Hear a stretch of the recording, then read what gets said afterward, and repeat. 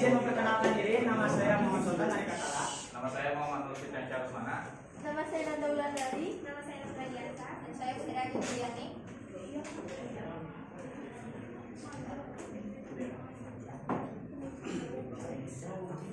Baik di sini kita akan mempresentasikan mengenai perdagangan internasional. Oke, tanpa basa-basi lagi kita mulai dari Muhammad Nur Fitriasa Rusmana. Silakan untuk Muhammad Nur Fitriasa Rusmana, waktu dan tempat dipersilakan. Sebelumnya saya akan menjelaskan mengenai apa itu perdagangan internasional. Jadi perdagangan internasional itu merupakan sebuah transaksi bisnis antara beberapa pihak yang meliputi dua negara atau lebih. Nah, perdagangan ini bisa dilaksanakan oleh perorangan maupun kelompok. Kemudian hasil dari aktivitas perdagangan ini menghasilkan hubungan ekonomi antar negara, yaitu yang pertama terjadinya pertukaran output atau hasil yang diperoleh suatu negara dengan negara lain. Yang kedua, terbentuknya hubungan ekonomi yang berupa utang piutang. Lalu yang ketiga, ada terjadinya pertukaran aliran produksi ataupun sarana produksi. Lalu kita lanjut ke latar belakang perdagangan internasional. Apa saja hal yang melatar belakangi perdagangan internasional? Latar belakang perdagangan internasional ada 5. Yang pertama adalah perbedaan sumber daya alam dan sumber daya manusia. Di bagian ini letak geografis sangat berpengaruh terhadap laju perdagangan internasional. Contohnya sebagai Indonesia yang beriklim tropis yang menyebabkan Indonesia memasok bahan-bahan lokal untuk diekspor ke luar negeri. Yang kedua ada perbedaan biaya produksi. Perbedaan biaya produksi ini bisa disebabkan oleh biaya tenaga kerja yang lebih rendah dan kualitas alat-alat yang berkualitas tinggi sehingga dapat menghasilkan produk dengan jumlah yang banyak dalam satu waktu dan lain sebagainya. Lalu ada spesialisasi negara tertentu. Suatu produk hanya bisa diproduksi di negara tertentu. Walaupun bisa diproduksi di negara lain, tentu kualitasnya tidak akan sebanding dengan negara asalnya. Maka dari itu terjadilah perdagangan internasional. Yang keempat ada selera konsumen atau diferensiasi produk. Nah, untuk selera konsumen ini bisa kita lihat di sekitar kita.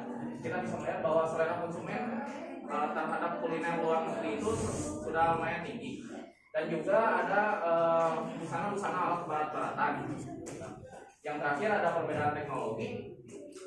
Suatu negara yang memiliki sumber daya alam yang lengkap belum tentu dapat memanfaatkan sumber daya alam itu dengan baik. Maka dari itu dilaksanakannya perdagangan internasional itu disebabkan karena kualitas sumber daya manusianya yang kurang memadai dan juga alat-alat yang kurang berkualitas.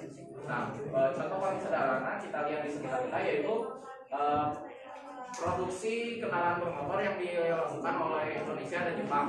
Indonesia memasuk bahan-bahan mentahnya ke Jepang dan kemudian kendaraan-kendaraan itu diproduksi oleh Jepang dan diimpor lagi ke Indonesia. Untuk selanjutnya manfaat perdagangan internasional akan dijelaskan oleh Nabila. Baik, di sini saya menjelaskan mengenai manfaat perdagangan internasional. Yang pertama yaitu menjaga stabilitas harga. Perdagangan internasional dapat menstabilkan harga yang beredar di pasar domestik negara tersebut. Caranya adalah dengan mengatasi kelangkaan barang yang dapat membuat harga barang tersebut memiliki nilai yang mahal melalui mengimpor barang dari negara yang berbeda. Yang kedua yaitu dapat menciptakan efisiensi dan spesialisasi. Perdagangan internasional dapat membuat suatu negara memiliki spesialisasi di suatu bidang ekonomi. Artinya negara yang membangun kerjasama tersebut akan memiliki penduduk yang mempunyai keahlian khusus serta berbeda dari masing-masing negara. Dan yang ketiga dapat meningkatkan kemakmuran negara. Maksudnya, kegiatan perdagangan internasional dapat membawa kemakmuran pada suatu negara yang menyetujui kerjasama tersebut. Indikator kemakmurannya dapat kita lihat melalui aktivitas pelaku ekonomi, di antaranya seperti produsen, pemerintah, serta konsumen. Dan yang keempat yaitu memperluas lapangan pekerjaan serta mengurangi pengangguran. Seperti yang sudah saya jelaskan sebelumnya, apabila produsen mendapat banyak pesanan dari konsumen, maka produsen tersebut harus menambah tenaga bekerja agar dapat melakukan pekerjaan yang maksimal. Maka yang harus dilakukan produsen adalah membuka lowongan pekerjaan baru, dan itu berarti dapat mengurangi tingkat pengangguran di suatu negara. Yang kelima, menambah devisa negara. Dilakukannya perdagangan internasional akan meningkatkan devisa negara. Ketika suatu perusahaan mengekspor barang, maka akan mendapatkan bayaran berupa mata uang asing. Mata uang asing itulah yang disebut dengan devisa. Makin luas pemasaran barang, maka semakin luas juga atau semakin banyak juga devisa yang akan diperoleh oleh negara. Yang keenam, perdagangan internasional dapat memungkinkan negara melakukan ekspor barang dengan basis teknologi canggih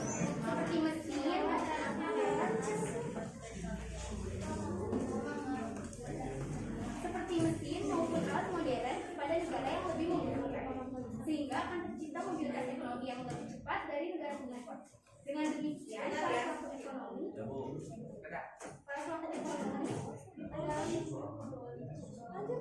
pelaku ekonomi dalam negeri yang semula tidak mengetahui bagaimana cara menggunakan, membuat serta memperbaikinya, pada akhirnya akan mengetahui serta menguasai, bahkan tidak jarang melakukan produk-produk yang serupa dari negeri yang berbeda dengan variasi yang berbeda pula. Yang ketujuh, memperluas pasar hasil produksi dalam negeri. Perdagangan internasional membuka kesempatan bagi industri dalam negeri untuk memperluas pasar. Pemasaran barang hasil produksi tidak terbatas hanya di dalam negeri, tetapi dapat dilakukan dari luar negeri pula. Tujuannya agar sebuah perusahaan yang ada dalam negeri dapat menjalankan mesin produksinya secara maksimal dan menjual stok produknya tanpa perlu mengkhawatirkan kelebihan produk yang dapat mengakibatkan turunnya harga produk ataupun jasa yang dijual.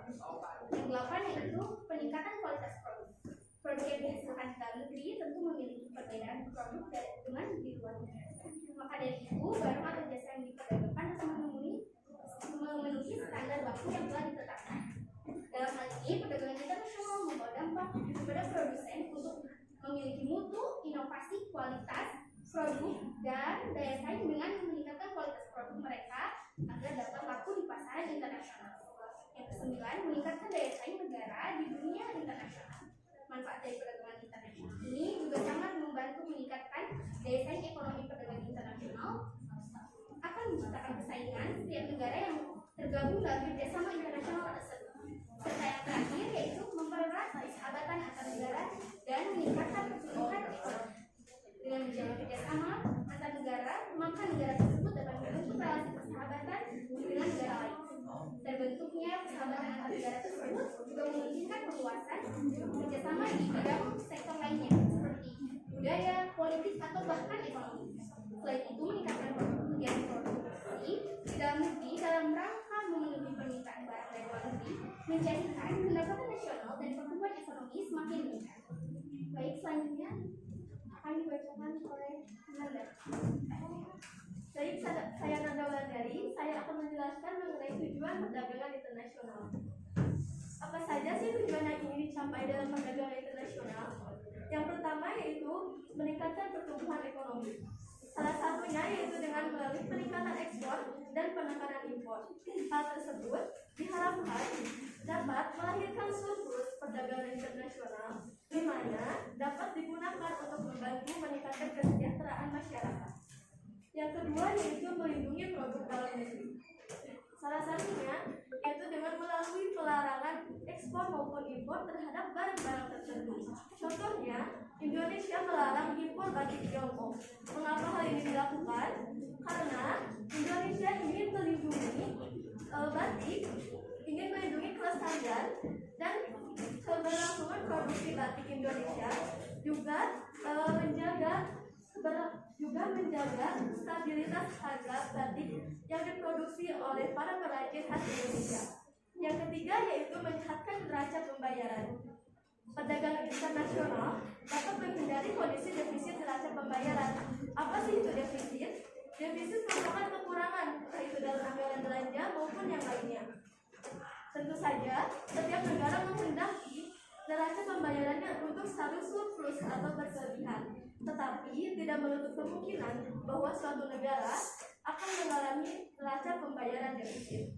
Maka dari itu, adanya kebijakan internasional, kebijakan perdagangan internasional diharapkan dapat menghindari kondisi defisit neraca pembayaran.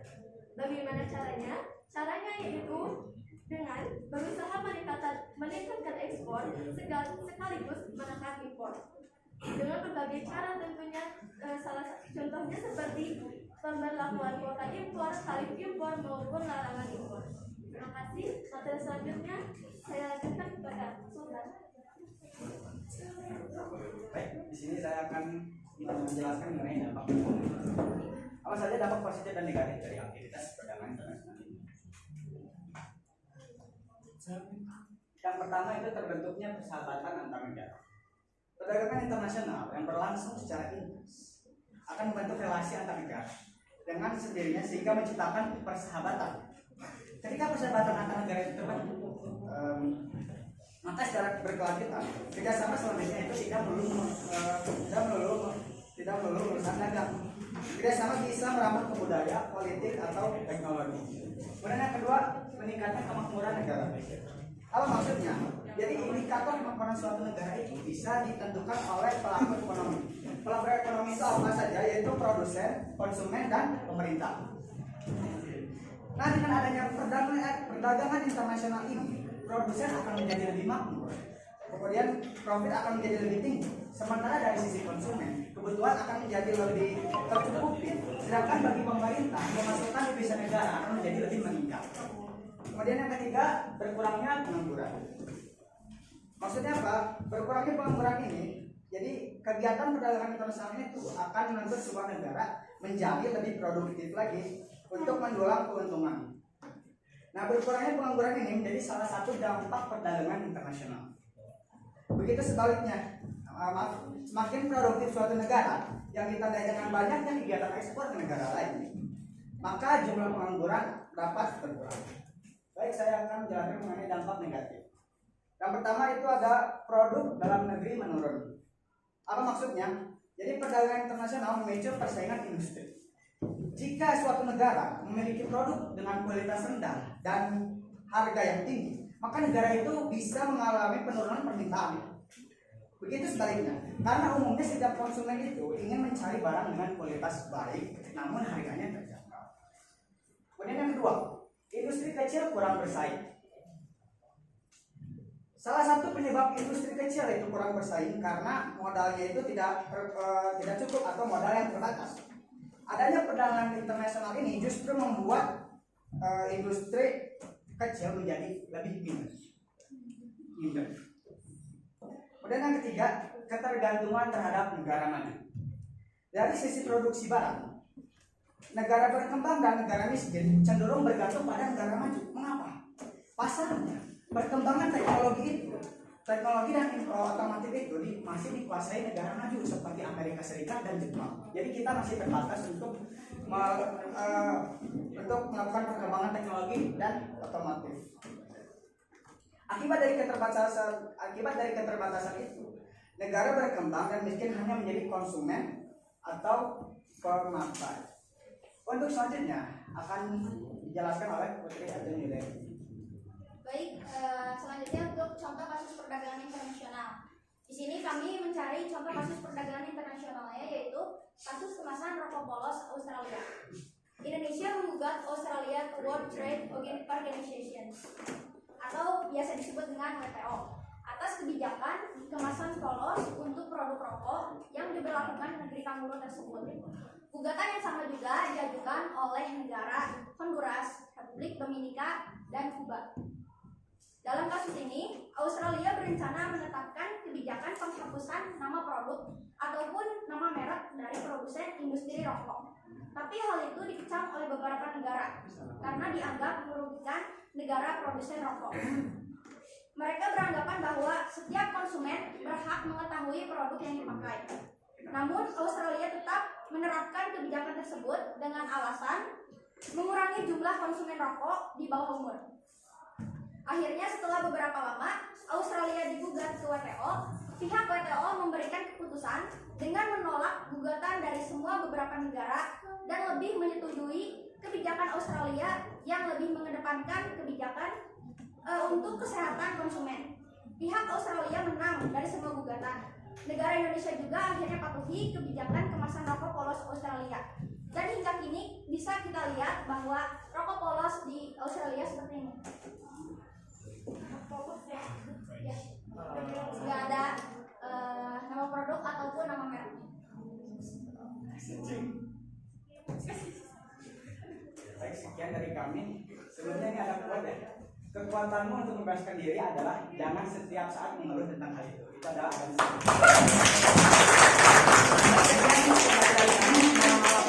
Semoga apa yang kita sampaikan memberikan manfaat kepada kalian semua. Sekian, wassalamualaikum warahmatullahi wabarakatuh.